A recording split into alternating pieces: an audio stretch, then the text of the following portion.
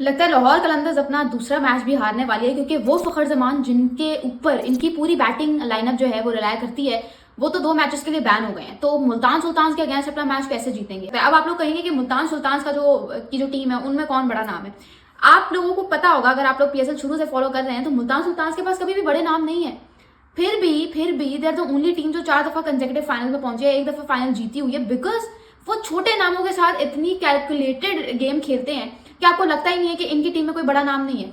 अभी भी जब पीएसएल शुरू हुआ, मुल्तान जब आई, आपको लग रहा था कि मुल्तान इतने यहाँ तक भी पहुंच पाएगी, बट मुल्तान अपने 2 मैचेस खेली और दोनों जीती है, बिकॉज उनके जो कप्तान है एस्टन टर्नर, वो इतनी कैलकुलेटेड वे में टीम को लेकर चल रहे हैं कि मोहम्मद रिजवान की कमी महसूस ही नहीं हो रही।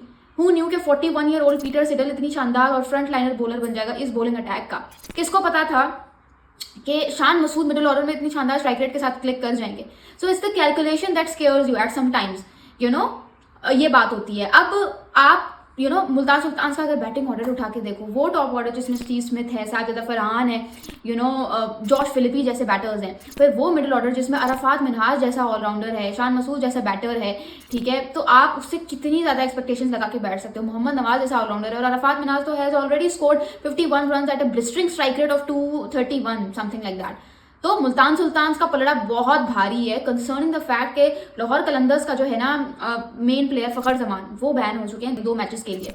एंड मोहम्मद नईम की अगर बात करें, I am sorry to say I might get a lot of hate for saying this, but Mohammad Naeem, as far as I have analyzed him in this particular season, he has not improved his game an inch to what he was last years PSL। वही अगर leg side की तरफ उनका सारा ध्यान है, तो वही लेग साइड की तरफ he's got that dominance। उसके अलावा ऑब्वियसली बॉलर्स उस टेक्निक के खिलाफ चीट कोड यूं क्रैक कर लेते हैं, तो फिर ये क्या चीज़ है।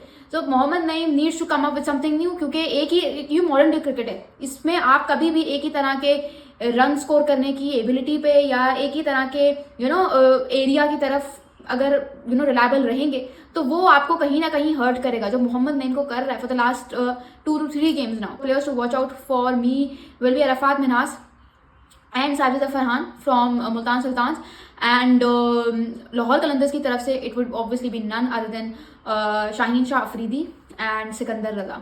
आप लोगों की क्या राय है? Do let me know in the comments below.